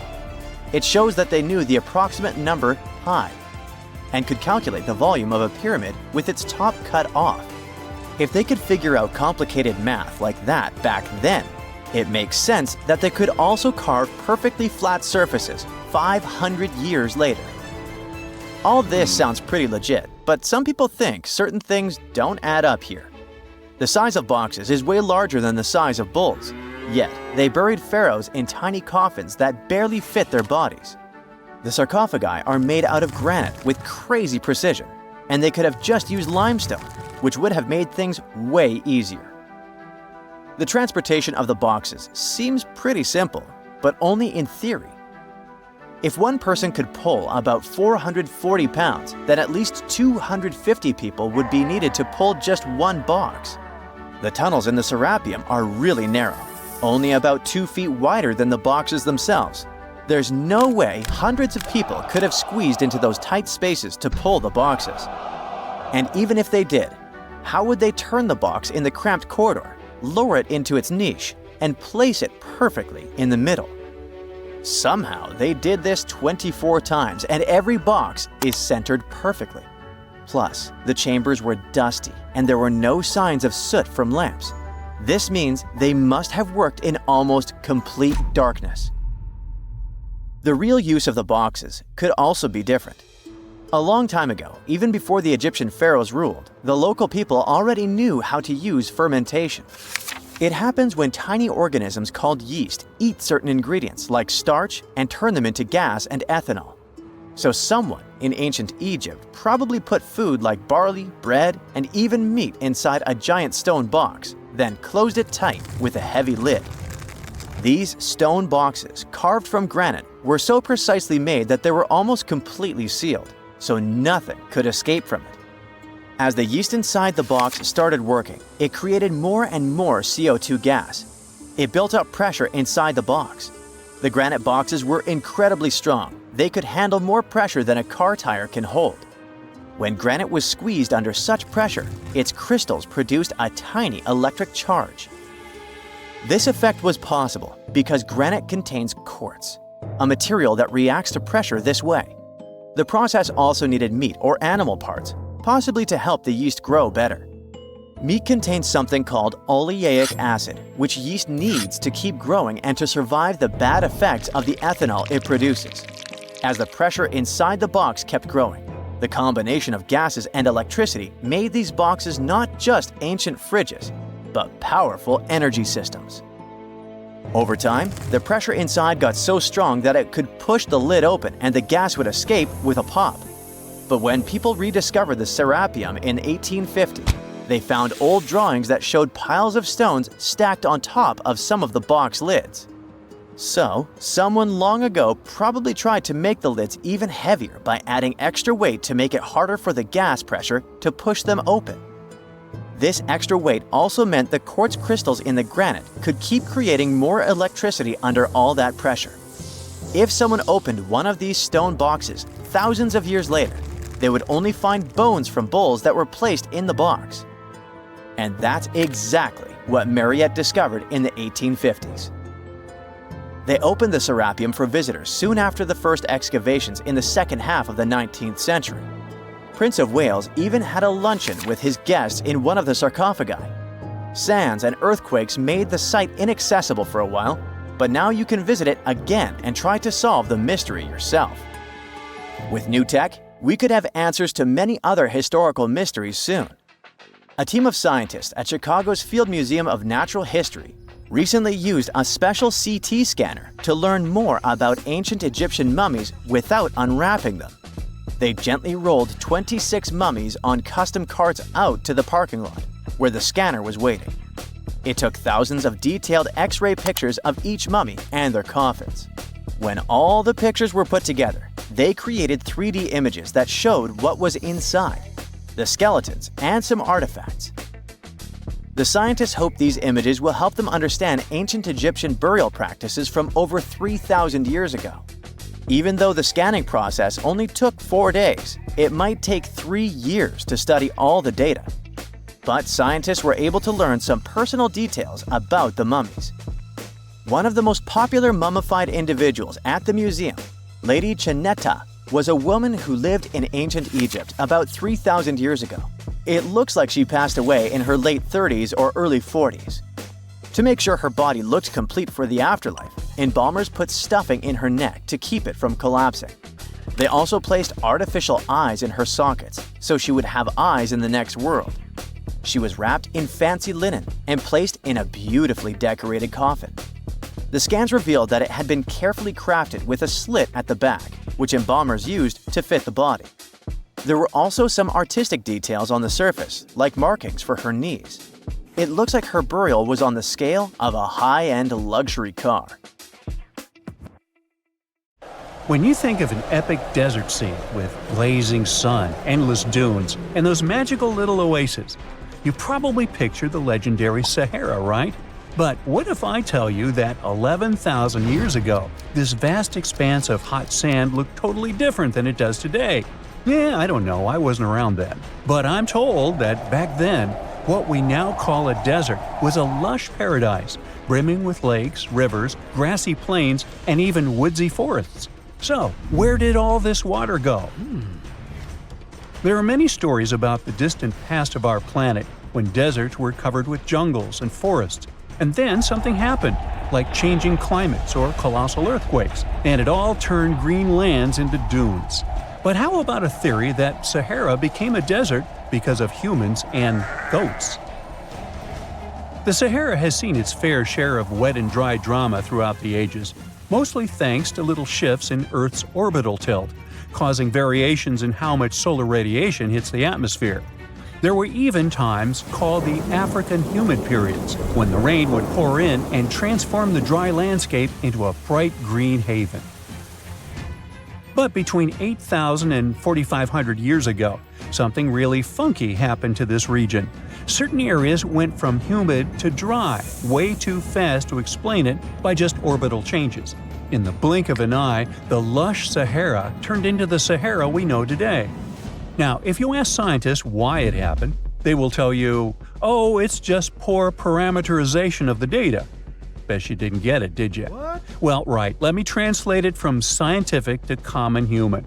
It means they really don't know the answer themselves, and they got a bunch of missing puzzle pieces. But as scientists sifted through ancient dirt and pollen samples, they spotted a quirky trend. Wherever there were pastoralists, also known as humans with their domesticated animals, the plant life seemed to shift. It was as if every time humans and their furry friends meandered through the greenery, they turned it into scrub and desert right behind them. Oops. Yep, chances are that by overgrazing, humans were sapping moisture out of the atmosphere, since plants give off moisture, which helps make clouds and making things even sunnier, leading to a quicker end of the humid vibes. Plus, our ancestors may have been getting a little too cozy with fire for land management, further speeding up the desert takeover. Anyway, scientists are sure that this lush Sahara would have turned back into desert eventually, even if humans hadn't shown up, thanks to Earth's natural rhythms. So there's no need to pin this abrupt change solely on humans.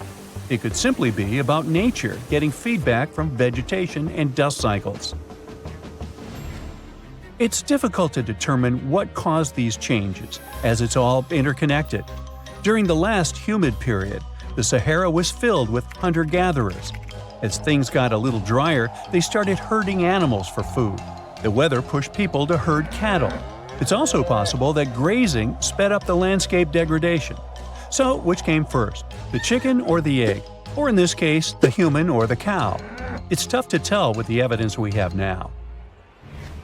Now today, it's safe to say that water is no longer that big of a problem in the Sahara, even though it's a huge desert and the times of lush forests there are long gone. But technology's got us covered. For example, the Nubian Sandstone Aquifer System, the biggest underground water stash on the planet. It's nestled beneath the Sahara Desert's eastern edge and stretches across 4 northeastern African countries – Sudan, Chad, Libya, and Egypt, covering a whopping 770,000 square miles and holding around 36,000 square miles of groundwater. Just look at the pipes transported when it was being built. It's the world's largest irrigation project. No wonder it's feasible to thrive in the Sahara today. But imagine thriving in the Sahara Desert with just one water source. Sounds like a tough gig, right? But the ancient Garamantes did just that, surviving and even thriving for nearly 1,000 years without monsoons or rivers flowing to their desert paradise. These clever folks were the trendsetters of urban life in the sands, and even the Romans couldn't help but notice their genius. While many thought they were just desert-dwelling savages, the Garamantes were busy building an empire in one of the toughest climates on Earth. But how did they do that? Well, they got crafty and dug a whole bunch of underground tunnels to tap into a massive sandstone aquifer. They were literally squeezing every drop of life from under the dunes. But recently, research showed that the Garamantes weren't just hardworking, they were pretty lucky too. The Garamantes had an underground aquifer that brought water up to a hill where they built over 500 fogaras, which are irrigation systems, some stretching as long as 2.5 miles. It was like sipping water through a straw, which let them irrigate their crops for nearly a century, especially since even a little rain would help recharge the system. But eventually, due to rain insufficiency, the aquifer ran low, and reaching it again would have meant digging more tunnels and relying on more people. That's a tough problem, considering these people were in the middle of food and water shortages. Guess I don't need to tell you what happened to the Garamantes, do I? The fall of the Garamantian culture might be linked to several factors. It may have been due to climate changes, or they may have simply used their water resources too much. Back in the day, the Sahara Desert was actually fertile agricultural land, thanks in part to the cool irrigation system the Garamantians created. But since fossil water isn't something you can replenish over time, the groundwater levels dropped pretty low. This likely played a big role in the kingdom's decline by the late 7th century CE. That sounds like someone who hit a lottery jackpot, used up all the money, and went back to their original not-so-cool job once the bank account got fully drained. Oh, by the way, even if the Garamantes left some secret wisdom messages for us, the chances are we'll never get what they wanted to tell us.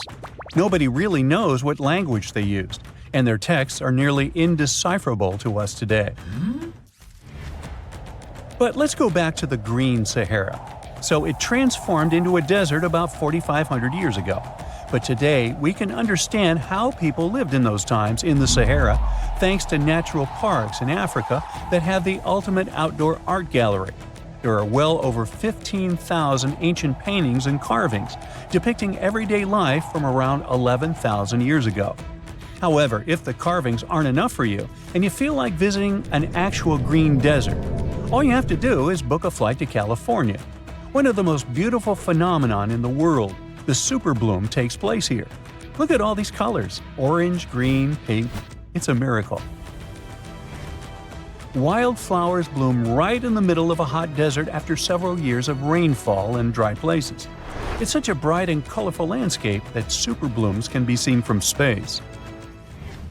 This rare phenomenon can be observed in other arid places and deserts in western and southern Africa, Western Australia, and Chile. In all these places, the weather is very hot and dry in summer. Mild humid air comes in winter, and this is the ideal environment for mass flowering. Flower seeds that lie in desert sands can wait for decades before starting to produce flowers. When the hot sun destroys all the weeds and grass, and the rainfall becomes enough to moisten the soil, the seeds are kind of like, well, okay, now it's our turn to play a big game. And then hundreds of thousands of tourists come to take photos and post these beautiful pictures on social media. And this, unfortunately, is one of the main dangers for flowers. Therefore, if you find yourself in a place like this, don't pick the flowers and don't trample on them. Stay on the path, don't litter. Take only pictures and leave only footprints. You get it? Good. In July 1990, 4 Czech guys decided to go on an adventure to find the Mongolian death worm, a creature that might have inspired the monster you've seen in the movie Doom. They say it lives somewhere deep in the Gobi Desert, so they flew to Mongolia, hopped into an ATV, and hired some local guides to help them. All that to meet a creature that is up to 6 feet long, can spit acid that could melt anything, and is capable of shooting electricity at those it doesn't like. Legend says that these friendly guys spend most of their days hiding underneath the sandy dunes, but they like to come out during the wetter months of June and July. So the timing for a spotting was simply perfect. But the crew needed to figure out how to lure the creature. Sadly for them, no one knew what the giant worm liked to eat.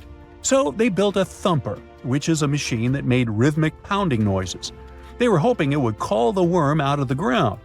For 2 months, they searched the vast desert, crossing dunes and rocky plains, looking for any sign of the creature.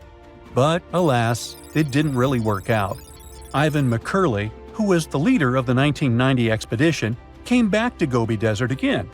He once tried to attract the megaworm with blasts, and the second time he used a small airplane to scout the dunes. Over the years, groups from America, Britain, and New Zealand organized big expeditions to the Gobi Desert to try and find the creature. Many others came from all around the world on their own and found nothing. The people in the West first found out about the megaworm of the Gobi Desert thanks to an American paleontologist, Roy Chapman Andrews. This brave man was probably the inspiration for Indiana Jones. In 1926, he wrote about the creature in his book. At a meeting with Mongolian leaders, Andrews heard detailed descriptions of the creature, even though none of them had ever seen it themselves. One of them described it as looking like a sausage, about 2 feet long, with no head or legs. According to him, the worm was so venomous that just touching it could instantly take your life, and it lived in the loneliest parts of the Gobi Desert. Andrews didn't think the creature was real, but he shared these stories again in another book. In May 2005, 4 friends from Great Britain who search for monsters professionally decided to try their luck. They made drawings of the worm and hired local people to hand out flyers all over the Gobi Desert. These flyers offered a reward to anyone who could give information about the worm or even bring them a specimen. They thought loud sounds that other explorers tried would scare the beast away. Some told them it likes damp conditions, so they came up with a plan to block streams of water to create wet areas that would lure the worm out. Their plan didn't work because it was too hard to build dams in the desert. They ended up using small traps but didn't find any actual proof that the worm existed. But they did meet locals who shared interesting stories about strange creatures they had seen over 70 years. Over the years, stories of the monster spread around the world. In some of them, it's only 1 foot long. In others, it's as large as a human. It's white-gray or scaly and brown, or maybe fleshy and bright red. Someone said it resembled a snake, or maybe a caterpillar, or maybe it has wings and can fly. And some believe it could be a supernatural evil being without a body. Maybe the stories are so different, and the search operations are so fruitless, because the creature doesn't even exist. Or it could be one of many cryptids. Those creatures like Bigfoot, Yeti, the Loch Ness Monster, their existence has yet to be proven. In 1983, one scientist who was visiting the region heard that an old man had managed to catch the mysterious worm. He also learned there was a nest nearby. The scientist bravely approached the hole in the sand and put his hand inside. A giant creature dragged him in, and he was never seen again. Just kidding. He actually found a Tartar sand boa inside. It's a chunky, burrowing, non-venomous snake that has small eyes and gray-brown scales. He showed it to the locals to verify if it was the monster, and supposedly all of them said yes. Most Mongolians who know about the worm still believe it's real. Now, even though people call our supposed monster a worm, it's just what it sounds like in the English translation. Many Mongol cultures have used this word for centuries to refer to any animals they thought to be really dangerous, especially snakes, even non-venomous ones. So, it doesn't have to be a literal worm after all. Worms are soft and squishy, but a creature living in the harsh Gobi Desert would need to be tougher, more like a snake or a type of lizard without legs. Neither of these creatures can shoot electricity or spit acid like they say the death worm does. But some snakes, like cobras, can spit venom that's dangerous for people. If it were real, the creature would have a backbone, and explorers searching for it would likely find some bones or evidence left behind. And there are actually fossil remains all over the Gobi Desert. Scientists found representatives of over 80 dino groups here over the last almost 100 years. It all started with the world's first dinosaur egg nests. This discovery changed all the scientists knew about dinos. It was the first proof they laid eggs. In the following 2 years, the same expedition team unearthed over 100 dinosaurs and took them to the American Museum of Natural History, where you can still see them today. Some of them were swimming around in the Cretaceous Sea that used to be here about 71 million years ago. They resembled modern birds. The mystery of the megaworm is still unsolved, but there used to be another mystery scientists finally managed to explain. Back in the 13th century, a famous traveler, Marco Polo, not the guy from the swimming pool game, crossed the Gobi Desert. He thought he could hear mysterious noises, like the sounds of musical instruments such as drums. He wrote about it in his book and believed he might be hearing the voices of restless spirits. Scientists call these noises singing sands or booming sands. Unlike the squeaky sound you might hear when walking on a sandy beach, these desert sounds are much louder, like a musical instrument playing deep, haunting notes. Over the years, people came up with all kinds of ideas about what caused the sounds, like underground water or winds making the sand vibrate. Not all dunes can do this, and scientists wanted to figure out why. Sometimes the winds might cause a small avalanche on the side of a dune, and then you can hear the magical sound start. But this is rare. So, to study it, scientists had to help the dunes sing. They climbed to the top of a dune and slid down on their backs, using their hands and feet to push sand down. As the sand tumbled, the sound started softly and got louder. They could even feel the vibrations with their hands. So, they found out that for a dune to sing, a few special things need to happen. The grains of sand must be the right shape. The dune has to be big, and the sand must be very dry, so no singing after it rains. Inside the dune, there's a hard layer of packed sand that acts like a giant speaker. This layer bounces the sound waves back and forth, makes the noise louder and louder, and creates a haunting melody that can fill the desert air. In other words, the dunes can play tunes. Yeah, sorry, I couldn't help myself with that one.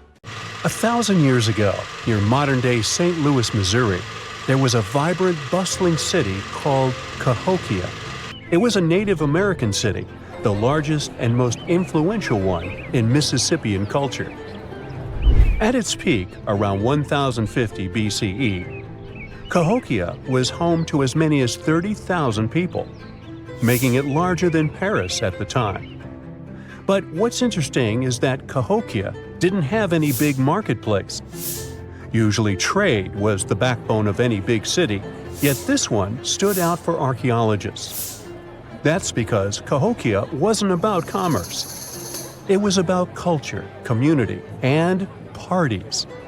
The people who lived there threw massive parties that would last for days.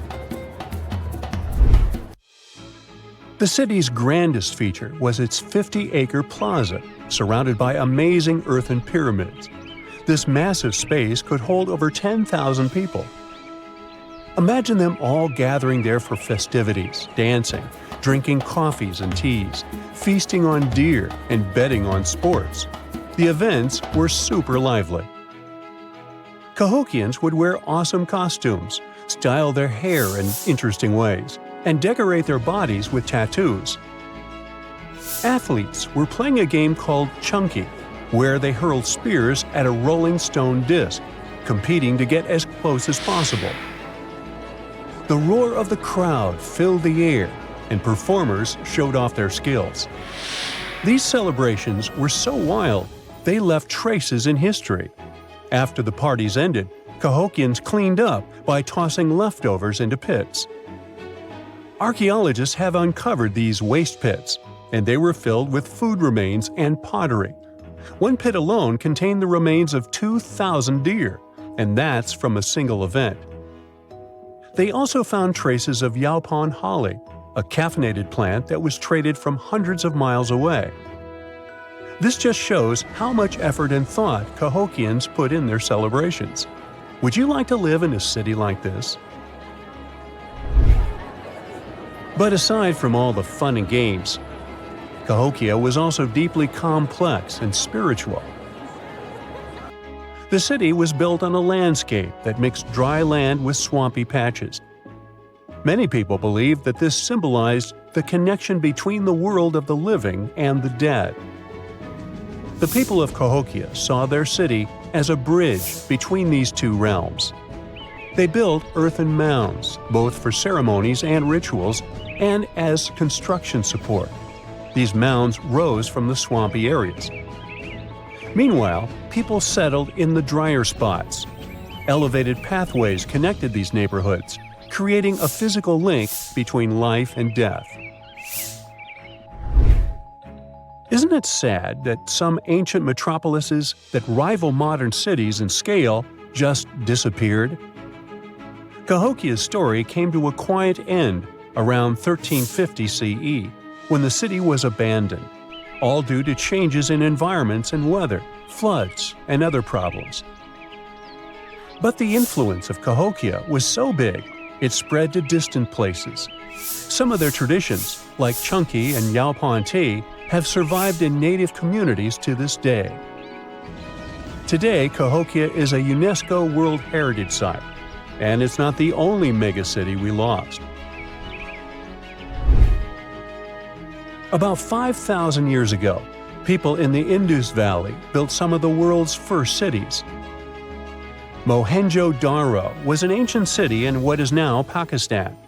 The city was built around 2500 BCE, and back then, it was a thriving hub of the Indus civilization. Sure, it was much smaller than modern cities, but it was quite huge at the time, around 40,000 inhabitants. It looks like the locals were crazily strict and disciplined people. The city's planning and organization were incredible. It was laid out in a grid pattern. Streets and important buildings aligned along the north-south axis, probably to match the movement of the sun and moon. They also built one of the most advanced systems for water and waste management of their time. The city had about 700 wells. Nearly every house had its own. Most homes also had private bathrooms with drainages and even underground sewers. This shows how skilled these people were at staying clean. And with all this discipline, it looks like there were no kings, queens, or even a central government. They could still have some authority, like local elites or elected officials, just not a classic strict monarchy or religion. Instead, people there cared about simplicity and order. They basically managed themselves, having standardized ways of doing things, from the way tools and potteries were made to how they traded. Which is why, unlike many other cities, Mohenjo-Daro didn't have grand palaces, temples, or monuments. Instead, they had public areas known as citadels. People gathered at citadels for rituals, meetings, and storage of grain. And it seems like this way of life worked perfectly. Scientists found some seals and weights, which means the economy was well regulated. Archaeologists found some intricate artifacts like ivory, lapis lazuli, carnelian beads, and gold jewelry. Another famous find is the small bronze statue known as the Dancing Girl, which was discovered in 1926. Mohenjo-Daro wasn't poor at all. And they also pulled off some awesome buildings. Staying clean was clearly way more important to them than displays of wealth or power. So they created the Great Bath, one of the most famous structures in the city. It's a large, watertight pool built with baked bricks, perched on a mound of earth, being almost a religious place, the closest thing they had to a temple. Meanwhile, the city itself was built on a series of mounds. They grew taller over the centuries as people added new houses and structures. Why did the city fail? No one really knows. There's something mysterious about the sculptures archaeologists found. Many of them seemed intentionally broken. This means the city's later inhabitants, maybe invaders or something, destroyed them for some reason. Some scientists think that the Indus River may have shifted course, disrupting agriculture and trade. But there's no evidence of a flood or any big event like this. It just seems like, over time, the entire Indus civilization just gradually faded away. By 1900 BCE, the culture had shifted and didn't leave much behind. Let me tell you now about the ancient city of Kos, which is located where the modern town of Kos now stands in Greece. Imagine arriving by sea, and the first thing that hits you is the sheer grandeur of its agora, this massive public square built with stones in different colors, laid out on terraces that rise above you. It was one of the biggest in the ancient world, and it made a great impression on anyone approaching the city. This place has a rich history, dating back to around 2300 to 2200 BCE. A long time ago, local folk gathered up from different parts of the island to form a new city in the northeast. People have lived there since the Bronze Age, and over time, it became a super important center of culture and trade. And no wonder, since it's right near a natural harbor. The harbor was sheltered by two breakwaters, and people built some of the most important religious sites there, including the sanctuaries of Aphrodite and Hercules. Kos wasn't just beautiful, though. It had some brilliant design. The whole city was laid out in a neat grid, with streets crossing each other at perfect right angles, literally looking almost like a modern city. Thanks to this, moving around was super easy, and the blocks, or insulae, were big enough to fit several large houses. Kos remained largely unchanged until the 6th century CE. Over time, it started gradually shrinking in size, confined within the walls of what is now the Chora neighborhood. Meanwhile, Palmyra was an ancient city built around a beautiful oasis sometime around the 3rd millennium BCE. Originally known as Tadmor, this city flourished as a major stop on the Silk Road, linking the Near East with Asia. It was a thriving center of trade and culture. They had a marketplace, assembly buildings, grand gates.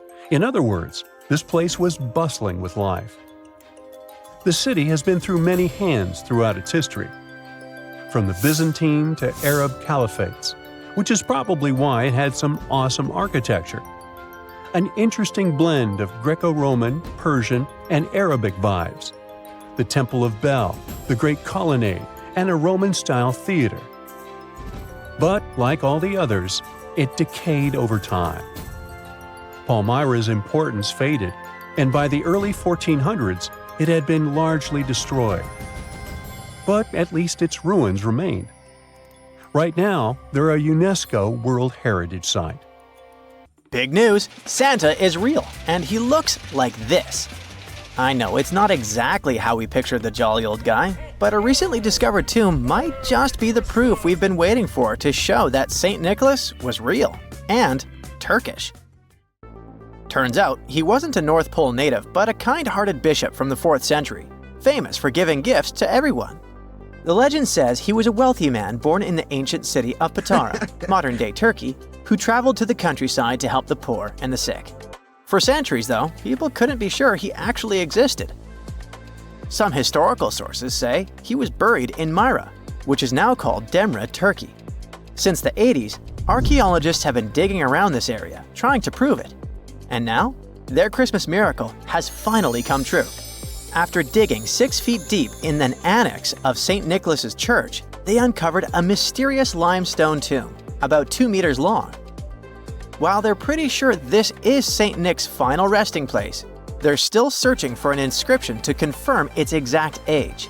Now, if we're talking about the fictional Santa Claus, legend says his home is in Lapland, Finland. Back in 2018, archaeologists made an interesting discovery that could finally prove that Santa was real. They were digging at a site called Tiny Aro when they stumbled upon about 200 burial pits. But when they looked inside, there was definitely no sign of Santa. Actually, there were no human skeletons at all, just a bunch of things like pottery and animal bones. So no one really knows what this place was. That was the complete opposite of what happened with a group of archaeologists working in the ancient city of Petra, Jordan. Since 2003, there have been rumors about hidden chambers beneath the famous monument called Al-Khazneh, also known as the Treasury. 21 years later, a team finally decided to dig and uncovered an intact tomb. Inside, they found at least 12 human skeletons and artifacts estimated to be over 2,000 years old. Hundreds of thousands of tourists travel to Al-Khazneh every year, and most of them probably go there to see the site of the Holy Grail in the movie Indiana Jones and the Last Crusade. So, do you want to know the funny part? One of the skeletons in the tomb was clutching a ceramic chalice that looked a lot like the Holy Grail. You probably remember the devastating fire that caused massive damage to Notre Dame in Paris back in 2019. Because of that, the building, originally built between the 12th and 13th centuries, had to be restructured. But archaeologists saw it as a golden opportunity to dig into the site and uncover its hidden secrets. The team was only allowed to dig about 16 inches beneath the floor, but that was enough. As soon as they removed the floor tiles and cleared away a thin layer of dirt, they spotted the top of a lead coffin. Then, they found some limestone sculptures, including life-sized heads and torsos. Altogether, they uncovered over 1,000 fragments of different works of art. Ancient statues have been found in the most random places, including a sewer. In July 2024, Bulgarian archaeologists were checking a Roman sewer in the ancient city of Heraklia Sintika when they found a nearly 7-foot-tall marble statue of Hermes, the Greek messenger deity. This town was completely devastated and abandoned after 2 earthquakes, one in the year 388 and the other in the year 425. But somehow, it didn't destroy this statue. In fact, its head was found in surprisingly good condition. Finding ancient artwork is definitely fascinating, but imagine stumbling upon an entire hidden city in the Amazon rainforest. Using high-tech lasers, researchers uncovered a lost civilization with thousands of structures and a whole network of roads, canals, and houses, all buried beneath the dense jungle. This city was built around 2,500 years ago, in an area located in the shadow of a volcano, which, by the way, could have erupted and destroyed this civilization at some point. It's hard to say exactly how many people lived there, but experts estimate they stayed up there for about 1,000 years. This discovery proves ancient people also had huge, organized cities in the middle of the Amazon. A similar thing happened in Campeche in southern Mexico. An archaeologist was doing some research on the internet when he accidentally discovered a hidden Maya city. This area, now called Valeriana, was huge, about the size of Edinburgh, the capital of Scotland. It had pyramids, sports fields, amphitheaters, and paths connecting different districts. Thanks to satellite images, archaeologists uncovered an entire unknown civilization from the Bronze Age. They were checking out aerial images when they discovered 100 prehistoric settlements in the Pannonian Plain, a region that includes parts of what's now Serbia and Hungary. The people who lived there are now known as the Titsa site group, and it looks like they were a pretty well-organized society, skilled at growing food, hunting, and fishing. Google Earth helped a team to uncover a mysterious set of 400 ancient gates in Saudi Arabia. These gates, scattered across the desert, are thought to be from thousands of years ago. They're made of stone and arranged in weird formations that have left archaeologists scratching their heads. I mean, they don't look like they were meant for funerals, and they don't seem like structures where people lived. So, we still have no idea what they are. Technology is really changing archaeology. Thanks to artificial intelligence and, well, a $1 million prize, we've finally been able to decipher part of an unreadable and super damaged ancient scroll. The Herculaneum scrolls were discovered by workers digging up the ancient town of Herculaneum near Pompeii in 1752. But their condition was so bad that, for years, they were considered indecipherable. Thankfully, AI has helped unveil their secrets. Based on the studies so far, experts believe that one of these scrolls was written by a philosopher who valued pleasures, like music and food, above all else. No doubt, Stonehenge in England is one of the most mysterious places on Earth. Some theories even suggest it was built by extraterrestrials. After more than a century of research, archaeologists are still figuring out how it came together. See that big altar in the middle? Turns out it came all the way from Scotland. And that's pretty wild, considering this massive sandstone block weighs over 6 tons, and the people who built Stonehenge more than 4,000 years ago didn't have the luxury of wheels or modern tools. We can find some pretty amazing stuff in the oceans too. In 2013, a mysterious shipwreck was found about 20 feet underwater off the coast of Kenya. At the time, no one knew where it came from, but now, researchers are pretty sure this could be a ship from Vasco da Gama's fleet. You know, the famous Portuguese navigator, best known for being the first to sail from Europe to India by rounding Africa's Cape of Good Hope. If it's confirmed, this shipwreck could be one of the earliest European shipwrecks in the Indian Ocean. Ancient treasures can take many forms, including a bottle. Recently, archaeologists in Norway uncovered a 150-year-old message in a bottle during an excavation of a Viking burial mound. The bottle contained a letter written by Anders Lorange, an archaeologist who worked on the site back in the 1800s, along with his business card and a few coins wrapped in paper.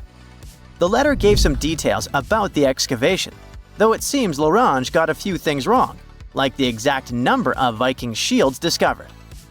At the end of the letter, he wrote a personal note in runic script, "Emma Gade, my girlfriend." So it gave us not only insights into history, but also a peek into his love life.